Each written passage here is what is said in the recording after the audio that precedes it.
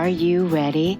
The Kornelia Stephanie Show. Wake up to love, your call to action. Join Kornelia as she empowers others to live heaven on earth. Kornelia teaches listeners how to be the authority over yourself, embracing your inner guru. Feel yourself uplifted into limitless expansion, integrating ease and grace in a changing world. This show will cover topics such as unconditional love, your physical body, how to be in extraordinary relationships, create financial and emotional wealth, embracing entrepreneurship in the new earth.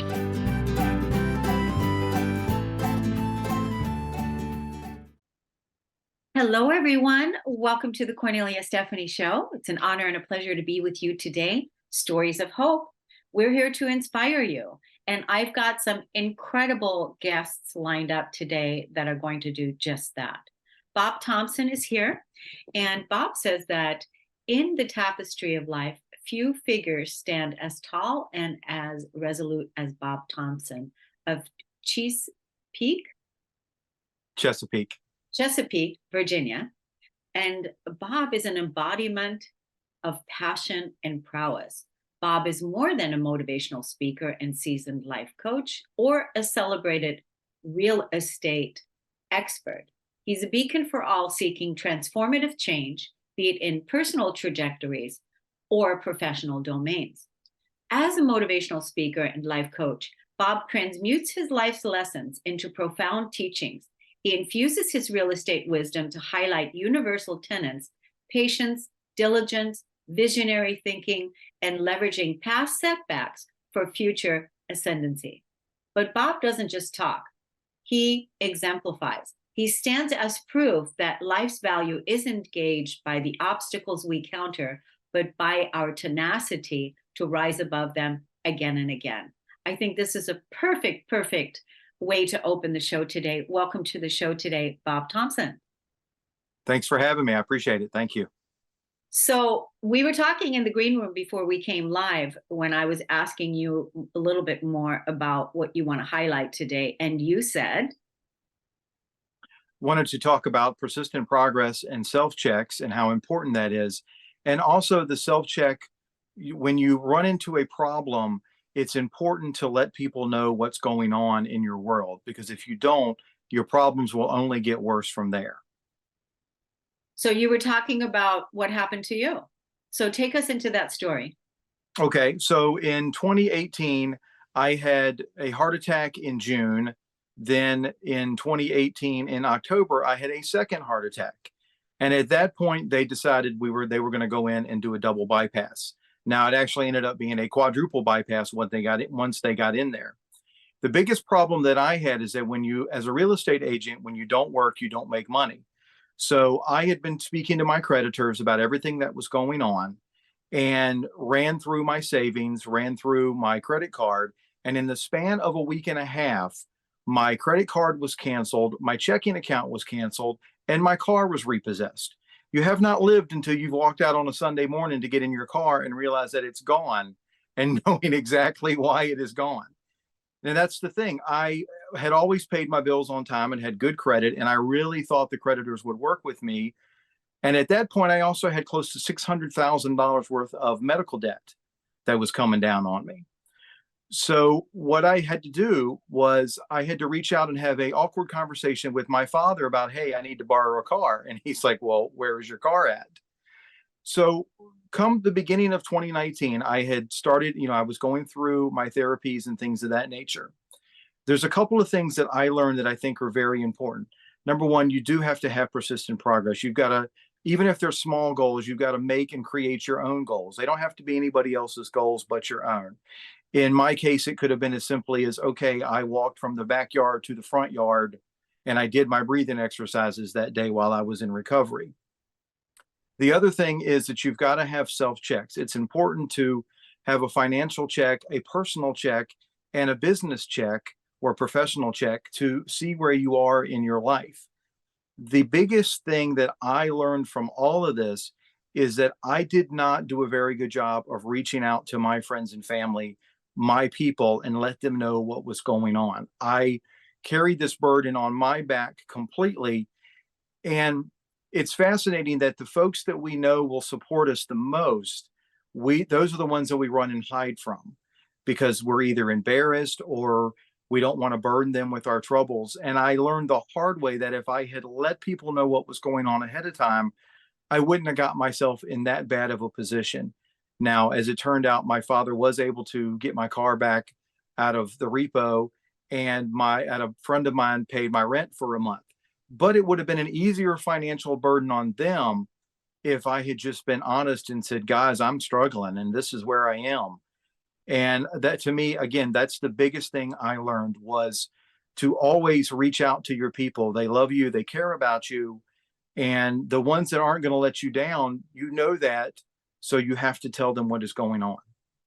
So are you talking about reaching out, like what led up to the heart attacks? Were there already signs going on in your life at that point in time that things were unstable, or that you were worried about something or whatever? Are you talking about reaching out to people before the crisis happened or after? I would say talking after, in terms of letting people know that, okay, my bank account is dwindling. And on this particular date, if I don't come up with the monies, I'm going to lose this car. It would have been an easier burden for other people, for my father, if I had told him ahead of time, because he would have been able to make just the one small payment instead of the large payment that he had to make. In terms of the heart attacks themselves, I was 46, and quite honestly, I knew I wasn't in great health, but it never occurred to me that it could happen to me. I was still a smoker at the time, which is not great, and wasn't exactly the healthiest of people, but it was very easy for me to walk around with essentially the moon and the stars and just enjoying my life and not really thinking about the consequences of my health or my actions until, quite honestly, I got kicked in the head or kicked in the chest, as it were. Yeah, my gosh. I mean, the fact that you came back from all of that, it's a big deal, because again, our health is in our wealth, our wealth is in our health. So once that gets compromised and we're not feeling, healthy, like you said, when you're sick, you can't be out there earning money. You can't be out there making money. You can't be bringing it in. And being a real estate agent, there's times when you have money, and then there's times when there's a lull or whatever. So that's got to be hard. And again, a lot of people, when they're experiencing, financial hardship or health hardships, it's makes you feel like your whole world is crumbling in, and you don't know what to do. And I bet that people that commit suicide, that is a lot of the reasons why, because they don't have a support network, they don't have a support team that they can talk to. Now, your medical bills, the $60,000 or whatever you were talking about of medical bills, um, have you ironed all that out and worked all that out now, or? At one point, I had over $600,000 in medical debt. I got a bill one time for $230,000, and I literally just laughed, because what can you do? Now, luckily, the hospital pitched in on a lot of that and made most of that go, or a good portion of it go away. As of probably today, I've still got about $80,000 in medical debt that I'm still paying down. And it's just something I deal with, and we just keep moving forward. That's ultimately all we can do. And like I said, I've recovered. I'm, again, using persistent progress, using, my self checks that motivated me to keep moving forward. To get back where I was before was important to me, because I had, quote unquote, been on top of the mountain, and I wanted to get back up there again, plus make restitution to the people that I had to borrow money from. Yeah. Yeah. I mean, even, the energy of what you're talking about is this type of debt. There's a lot of people that find themselves with mountains of debt, whether it's, student loan debts or whatever kind of debts, whatever. The main thing is to make the restitution, like you're talking about, and then get back up. So many people are hurting financially right now out there. So I'm really glad that you're speaking about this and that you came on here today to tell your story, that you can rise uh, through the challenge, that you can, no matter what the challenge is to rise out of it and to keep going.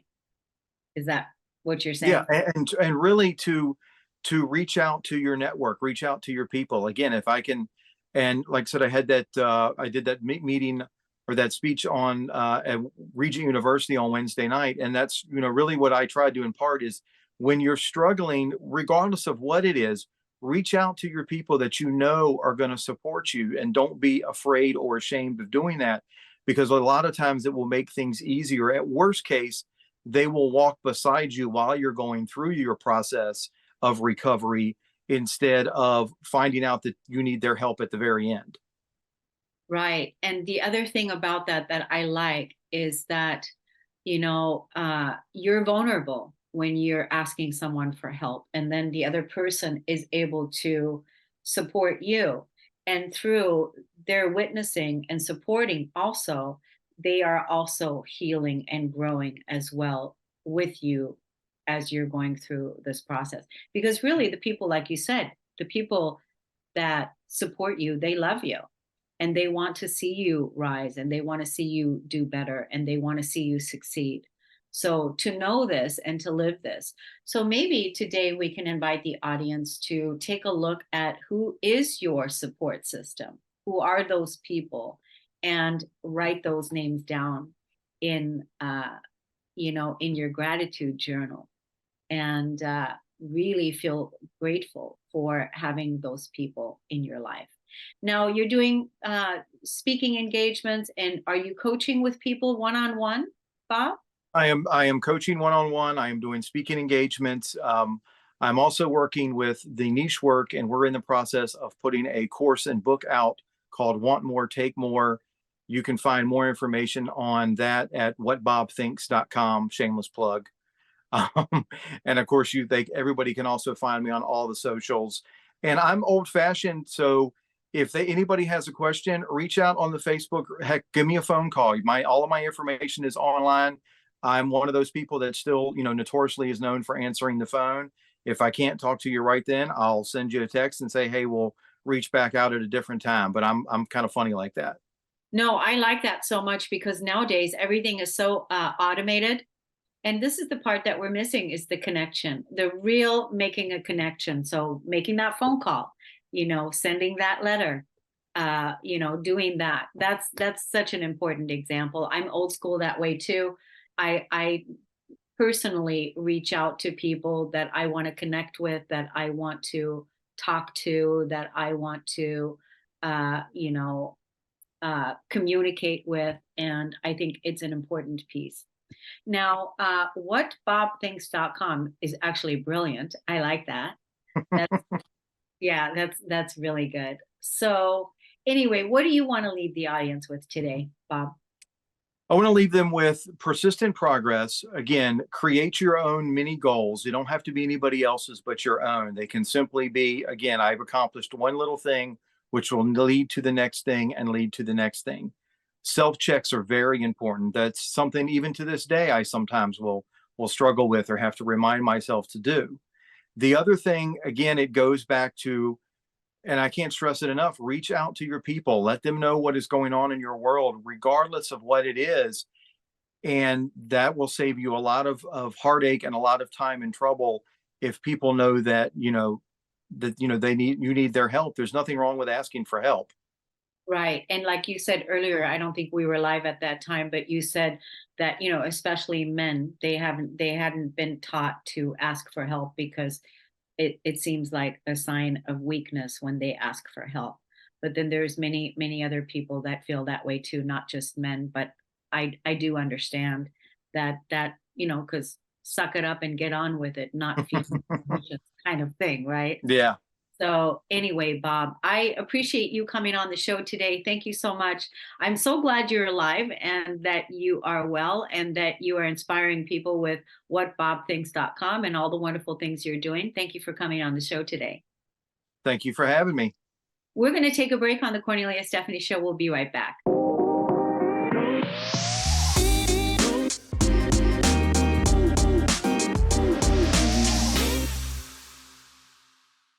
Welcome back, everyone. I'm so excited to introduce you to William Branum.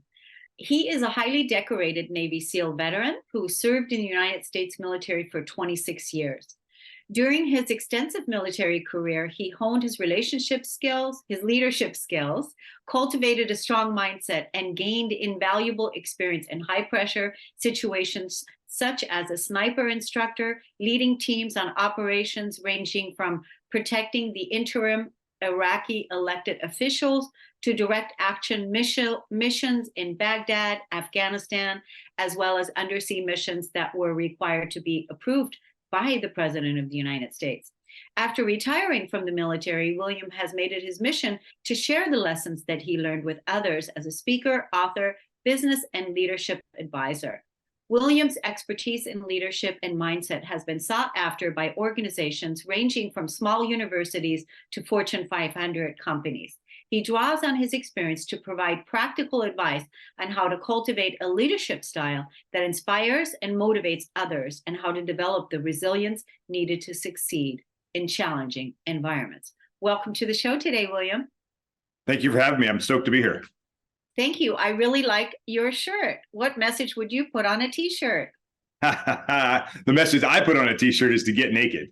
And originally when I came up with this idea of getting naked, I was a little scared to put it out there because it's a little bit polarizing, and I thought it would, maybe drive people away and not attract people. Because I grew up, in the Bible Belt of Mississippi, and very, Southern Baptist and very conservative. And I was like, but I have the thought about getting naked originally was about, sort of taking that ego off, taking that armor that we hide behind off, that mask that we hide behind. So, and expose ourselves, become vulnerable so we can find the healing that we actually needed. And, after 26 years of service in the SEAL teams, I had a lot of baggage, and some of it was occupational hazard, stuff. And some of it was baggage from not so awesome relationships that I've been a part of. And so what I realized what I had to do is I had to take that baggage off. I had to take all the crap that I've been carrying around from other people and other things off and become vulnerable. And one of the things that helped me kind of get there was CBD was a modality that helped kind of turn down some of the noise in my head so I could have a better positive self-talk, which is why I started a company called Naked Warrior Recovery. But the reason that I started taking that, that armor off that I was carrying around was because it was weighing me down. And I was just using vodka to pretty much medicate myself every night to turn off that noise in my head.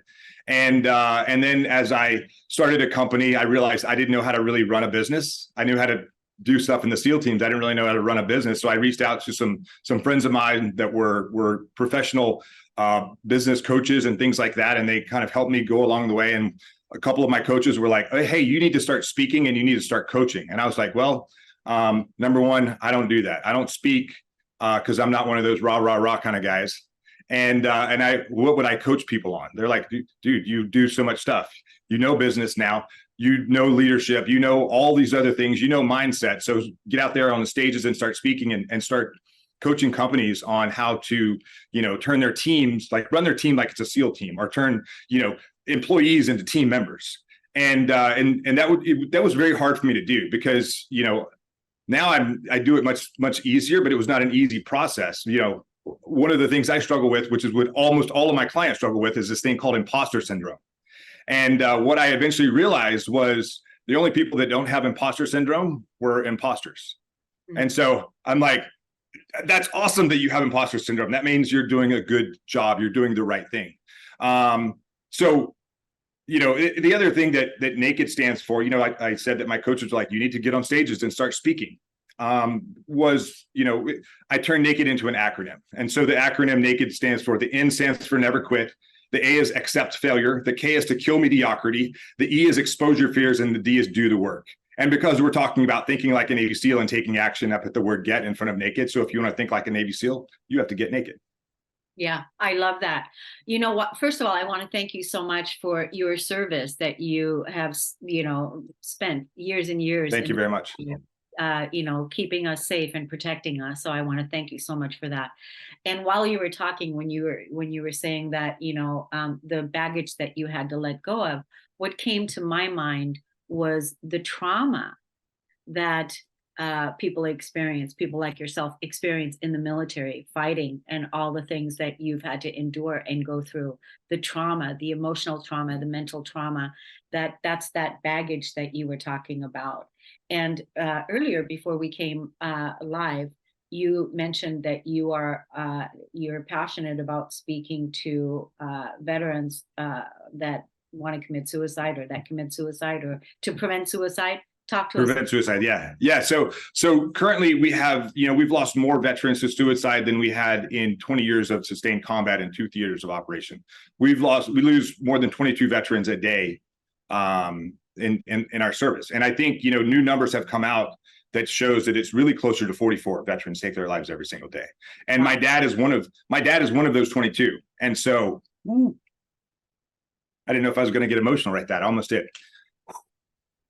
So it's a very personal message, or a very personal mission for me, is, to help eliminate veteran suicide. I have many friends, my phone, I don't delete numbers out of my phone. I have many friends that are no longer alive. Some were through work, and some were, the scars, the injuries that they received, the invisible injuries that they received while on the job, that didn't take them until after their service. So it's a very... Yeah, I just want to acknowledge you, the emotion that's here right now. Your dad sending you love and blessings. Yeah. And I'm sorry that you lost your father that way. Is the baggage that you were talking about, is that the trauma that I was referring to when veterans want to commit suicide? Is it from all the it's lots of stuff, it's some of it is from things that we experience on the job, hazards. Other things are, I remember when I retired from the military, from the SEAL teams, that was and still is the hardest military mission I've ever been on. And I'm still on it today. It was like, I don't know if you've ever seen the Avengers, one of those Avengers movie where Thanos snaps his fingers and half the world's population vanishes all at once. Well, that's the way I felt. Like one day I had a mission, I had a purpose, and I had a team. And the next day I had no mission, I had no purpose, and I had no team. And so it took me a long time to figure out, what is my new mission? What is my new purpose? And who's going to be on my new team? And I thought that I needed to build my team very quickly. But what I later realized is, I don't need to build my team quickly. I need to find the right people to put on my team. I don't need the wrong people on my team. And so those are some of the things that I talk about, when I'm coaching businesses and things like that. A lot of companies are like, we need more people. We need more, real estate offices. They need more, realtors so that they can sell more houses and all this other stuff. I'm like, you don't need more people. You just need the right people. And so I realized that later on, in life, in SEAL training, there's this week called Hell Week. It's 5.5 days. You're cold, you're wet, you're miserable. You don't sleep the whole time. And I saw one boat crew from Sunday night to Monday. They were winning all the races. And the guys in my boat crew, they were quitting. They didn't want to put out. They didn't want to win the races. And I wanted to win. I wanted to be surrounded by winners.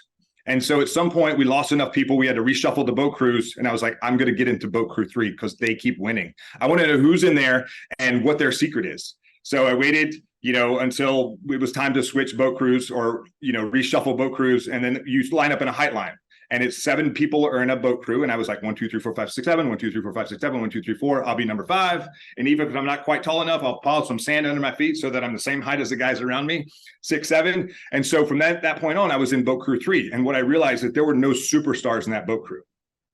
Every one of those guys simply had the desire to win. They had the desire to push through the pain.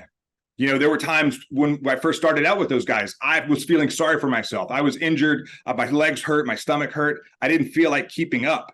But if I slowed down, I would slow the whole boat crew down. And I couldn't do that. I had to be there for them. I wanted to be surrounded by these high performers. So I had to raise myself to their level, or they brought me up to their level. The same thing is true in this new mission that I'm on in this civilian life. I have to surround myself by the right people. Not just people, but the right people all the time. If I don't, then I want people that are going to hold me accountable, who are going to tell me that, hey, you're screwing up over there. Get your stuff together. Let's go. And those are the people I want in my life.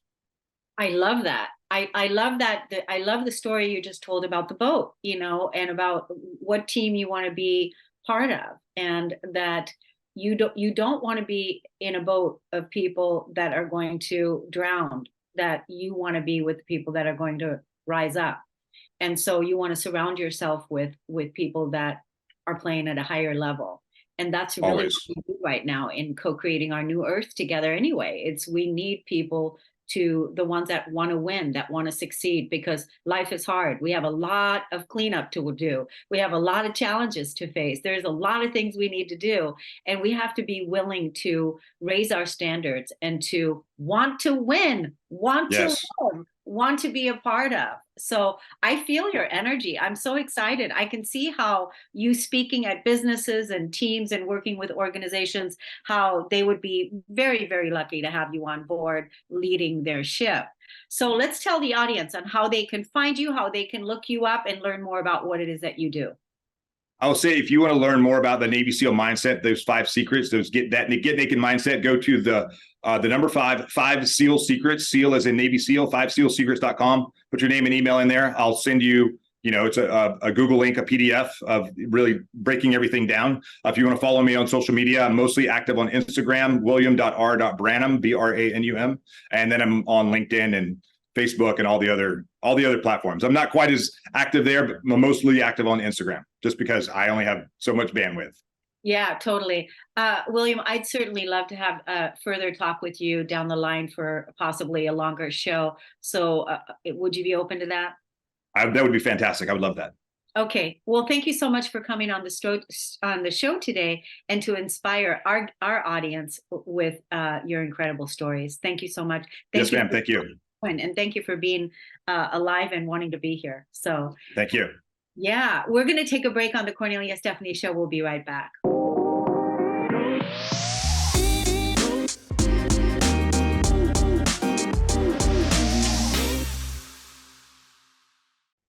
Welcome back, everyone. Let's bring some more love into our life, shall we? Our next guest is going to help us do that.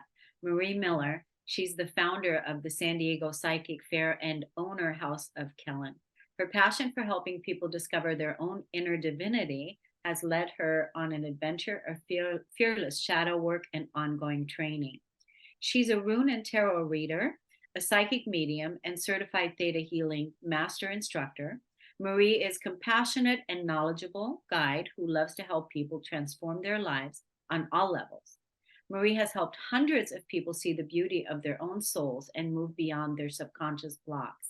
She trained under a Nordic shaman for 2 years, studying archaic magic, the mystery of the runes, breath work, and taking many spiritual journeys. She studied with Theta Healing Institute of Knowledge for 10 years, first as a practitioner and then for the last 7 years. She now teaches most of the practitioner level classes available. She has been supplementing her formal training with self-studies over the last 20 years. And now she's going to talk to us about love.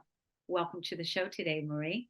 Thank you so much, Kornelia. I'm very excited to be here. Wow. So, helping people heal on all levels of their divinity, that's really amazing. And doing the shadow work, I know, is not easy work to do, because that's where the gold is, but that's also where the wounds are. So thank you so much for doing that work. You're here to tell us today a little bit about what you're working on with people now, is helping people find love. Absolutely. I've had a little bit of a journey with love myself. I had a story in my head for a long time that I was never going to find my soulmate, that I was the one who prepped my partners for them to meet their real soulmate. And I was just like, that it wasn't for me. I've been through about 4 abusive relationships, starting with an ex-husband who took a lot of delight in actually watching me cry. So he would be very manipulative and very mean. I didn't figure out until years later that was actually kind of a kink of his that I was not a willing participant of. He really did love to see me in pain. And luckily, his mistress got him out of the picture.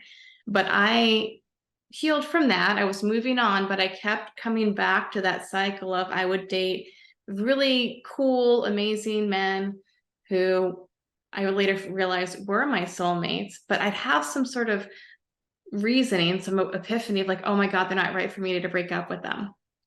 And so I'd break up with them, even though there's nothing logically wrong, but I could probably write an essay justifying why I broke up with them. And then I would once again call in someone who would be cruel and mean to me. And I came to find out, first of all, one of my big epiphanies was coming home from teaching a class. And like, once again, one more of the nice guys, I think it's like the 6th or 7th one, I get a text message saying, hey, just want you to know I'm engaged. And of course, it put me in a tailspin of like, why is it that every time I break up within a year, they're married? Mhm. And so I went into a meditation and I was talking to Creator and I got the message, hey, Marie, just so you know, every single one of them was your soulmate. They're all willing to marry you if you'd given them a chance. And you were the one that decided not to be in that relationship. So that hit kind of hard. But it also gave me hope because I'm like, oh my gosh, I've messed up 7 times. Maybe it's not over.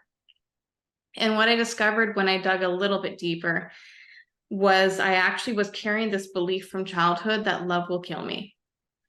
And that is because I had a sister who had some anger issues, and she might have beat me with 2x4s a few times, and she was very cruel and very mean. And sisters are supposed to be the ones who love you. And so I just had this really deep-seated fear that love was going to kill me. So either I'd draw someone in who would prove it to me, or I'd draw on the opposite. And when I felt like they were starting to fall in love with me, I'd freak out, rationalize it, and dump them. Mm. And so once I cleared all of that through theta healing, that's when actually that first person that I broke up with and then who got married right away came back into my life. And so that's why I live in Ohio instead of California now. And we've been together for about 5 years, and I've finally learned what it means to be accepted and loved. That's huge. That's really huge to finally learn what it means to be accepted and loved. You know, first with yourself, and then having it mirrored back to you in relationship, which is Mhm. which is huge because a lot of people don't, they haven't gotten to the point of self-acceptance and love.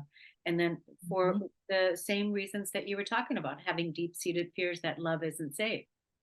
Absolutely. And another bonus that I got out of that is after living with my partner for a couple years, I remember laying on his chest one day and I'm like, holy shit, Shawana, this is what acceptance feels like. I was just blown away.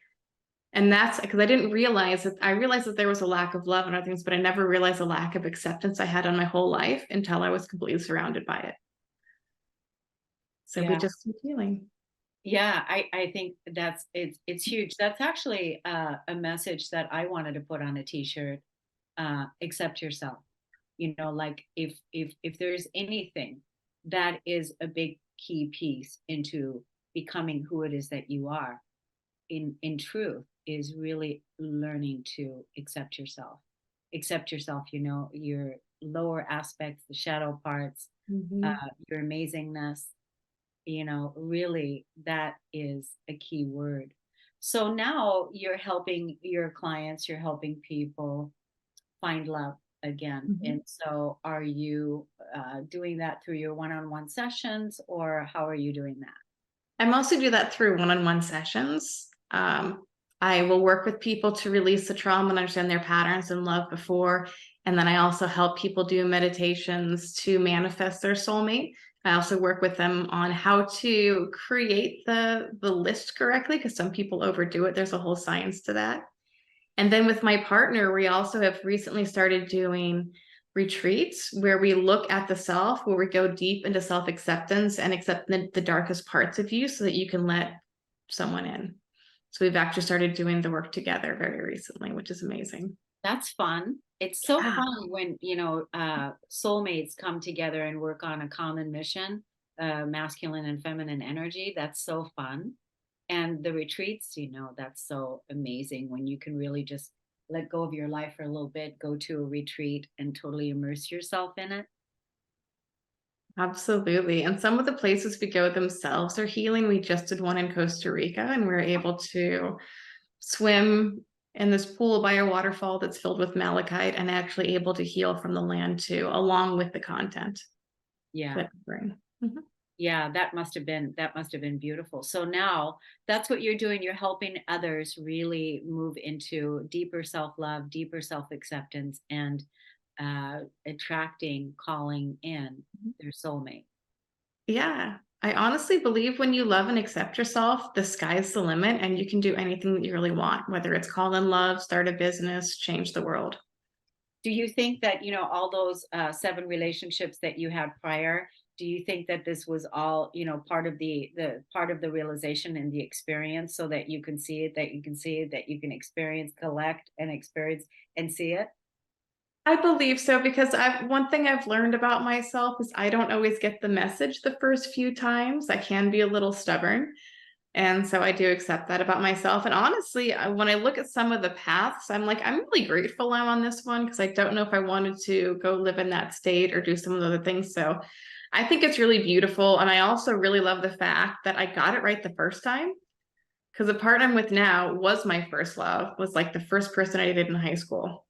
So Wow, that's really incredible. Yeah, it's really neat to have those realizations, and what a blessing that you guys came back together again. It's nice to look at the patterns, like the pattern that you identified of what you would do. You would meet the person and then, you would end up sabotaging it and break up. So it's really nice that that's healed and that's over and there's a new story being lived out and played out, which is fantastic. Let's tell the audience how they can find you, how they can look you up and get to know more about what you do. well, my business name is House of Kellen. So that's Kellen. It's named after my great great grandmother. And so I'm at houseofkellen.com. I'm also on Facebook and Instagram. I kind of do TikTok, but I'm not great at it. Yeah. Yeah, that's so wonderful. And so what do your sessions look like? So my sessions are usually about an hour. We start by just setting the tone and bringing in the right energy, and then we'll just go into a conversation, um, basically trying to figure out, so what are the patterns? So it's a really relaxed conversation. Yeah, so it's not stressful. It's just relaxed. You're just inquiring. Absolutely. I call it spelunking through the subconscious. So we're just having a fun conversation to figure out what's there. That's so great. That's so great. Marie, I just want to thank you so much for coming on the show today. I think it's wonderful what you're doing.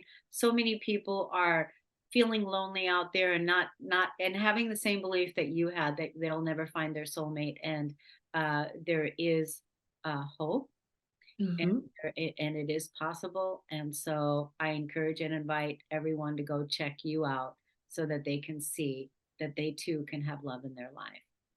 Mm. Thank you so much for coming on the show. We're going to take a break on the Kornelia Stephanie Show. We'll be right back.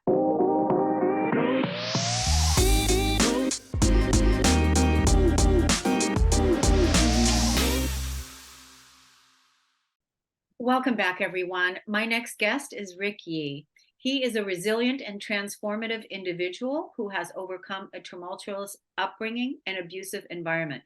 He is the author of the book, Everything's a Choice, which chronicles his personal growth and journey towards empowerment. Rick is dedicated to helping others discover their own paths of self-discovery and empowerment, particularly in the realm of mental health. Through his community, the Warrior's Way mindset, he provides a space for men and women to openly discuss their mental health without judgment. Rick's unwavering commitment to fostering openness and understanding has made him a catalyst for change, inspiring and transforming lives along the way. Welcome to the show today, Rick Yee. Thank you, Cornelia. Appreciate it. Just in the short amount of time since I've met you, we were hanging out in the green room a little bit earlier, and now again, you just have this incredible vibe. And what I was just talking to the audience about with your bio and your non-judgment, that space that you provide is palpable. I can feel it. So I appreciate you, and I appreciate the work that you're doing out there in the world. You were telling me that you are primarily focusing right now on men. And so Mhm. tell us about that.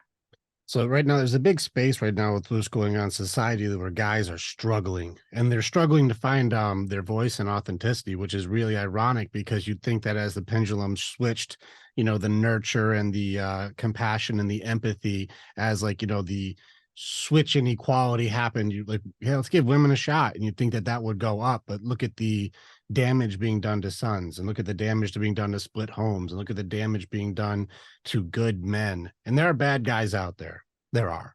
I don't condone bad guys, but there's a way larger number of good guys who are just, they've got no direction. They're isolated. They don't have any guy. There's no mentors. The online system right now is pushing hustle culture, and you have to go for money, power, fame, status, and there's nobody teaching any true values. And even the societal pushes of being a high value man is a 666 rule, 6 feet tall, six-pack abs, six figures, and it doesn't get into having true values. And we have to try and change this over to create actual alphas. And there's a difference between the boys and the men out there. Boys are taking, boys are trying to conquer and conquest and get what's theirs and get, take. But men protect, men provide, men will build other men. And we can build up that place where there's not a lot of empathy for men these days. And so we created a space in the Warrior's Way where you can take your armor off and be authentic. I completely align with William, who you had on here earlier, because him and I are both in there. I just did Hero Stock in Nebraska a couple weeks ago, which is a huge veterans event.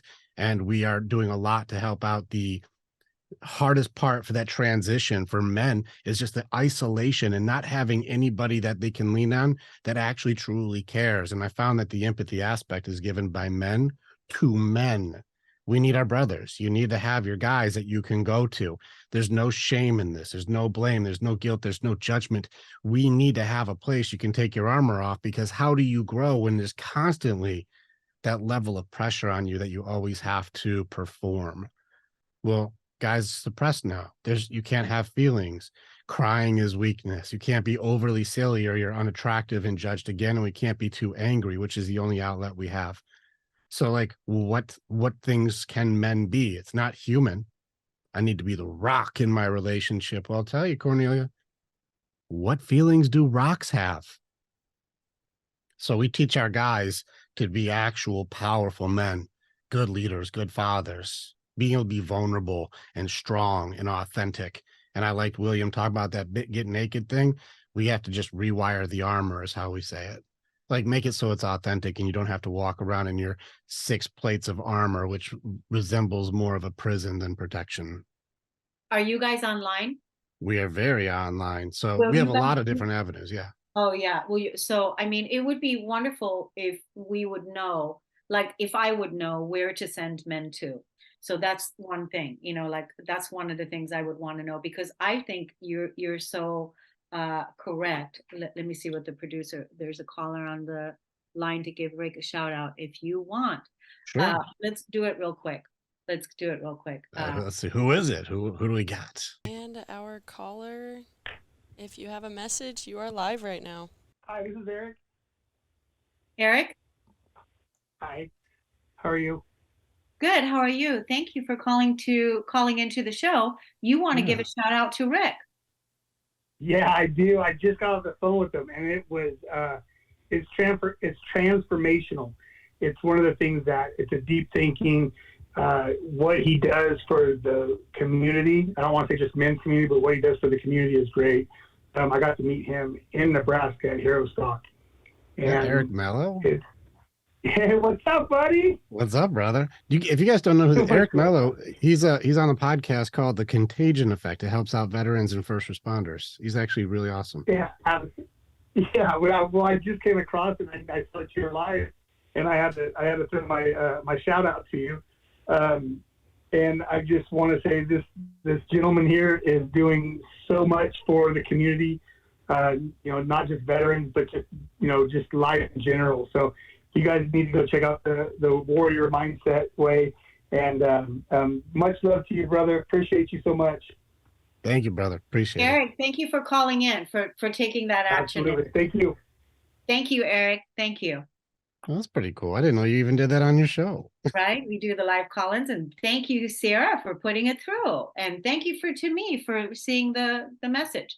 So here's the thing. I want to be able to know where to send men to because I think it's an important movement that you're creating. Like one of the things we were talking about earlier with William is that, like when people that come back from war and the veterans that have to deal with all the trauma and all Yes. the PTSD that they experienced.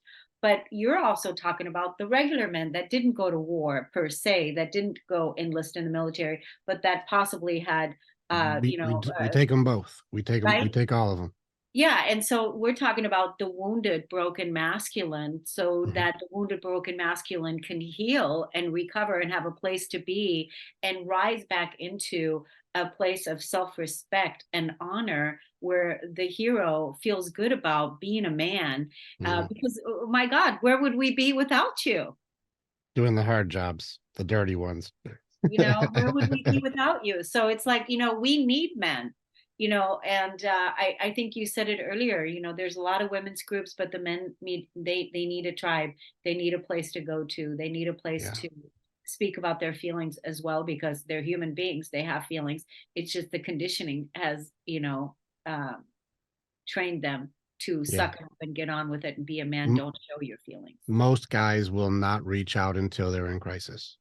Mm. We're taught, even in the hospital, even if you're sick, guys will make an appointment until they're like, I think I'm on my last leg here.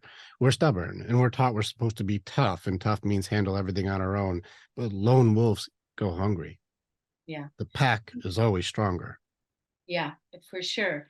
I think it's so important, the work that you're doing. Just think about, if men don't have what it is that you're offering or what it is that you're talking about, the more isolation is going to happen, the more suicide is going to happen, the more broken families is going to happen. Mhm. There's so many things. So that's why what you're doing is so important. I actually see you and I doing a continuous segment, because I think it's a good idea to keep putting this information out. So you and I should have a talk at Let's have a another talk. time Let's do and it. do that, because there's many women that listen to these podcasts, and they have men that need support.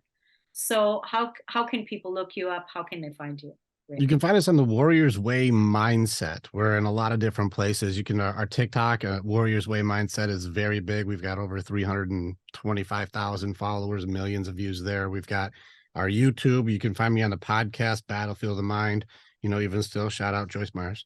So but we have a Battlefield of the Mind. I do all the concepts of the psychology and philosophy behind how we can grow, but it goes into multiple aspects with all types of guests. So if you want to see me go hard, our podcast is not surface. We go deep. And so, if you want to hear a cool, hardcore podcast, Battlefield of the Mind is on there. It's on all platforms.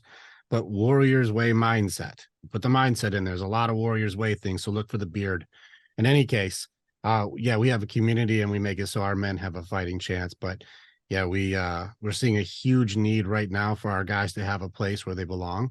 And especially with the suicide, I'm going to throw one thing out there in 60 seconds. We've got a couple of our warriors, Phil and Chris, who have built nighttime groups just for guys to not be alone. It doesn't mean they have to go into battle, but we're capable of it. But it's just what we noticed is we used to have suicide calls every week that I would have to take. And since we started this group about a year ago, we've had no calls because these guys belong. They're not alone. They matter. They have purpose. They are valued. And we haven't had any of those calls because there's a place that they can go through battles without having to be alone. And that's something that I've noticed, that we're actually being able to save lives. We Even gotta on a go. daily We gotta basis. go, Rick. You know how it is when you're online. I want to thank you so much. That's powerful testimony, by the way. Mhm. I'm really inspired. Thank you so much for the work that you're doing. Thank you, everyone, for listening and tuning into the Cornelia Stephanie Show. We'll see you again next week. Take care. Bye. You've been listening to the Cornelia Stephanie Show, Wake Up to Love, your call to action. Tune in each week on Transformation Talk Radio. Cornelia's joy is to engage others in practical ways, showing us how to live in the new earth in harmony with our true nature. For more information on Cornelia and her extraordinary work, or to listen to past shows, go to her website at corneliastephanie.com.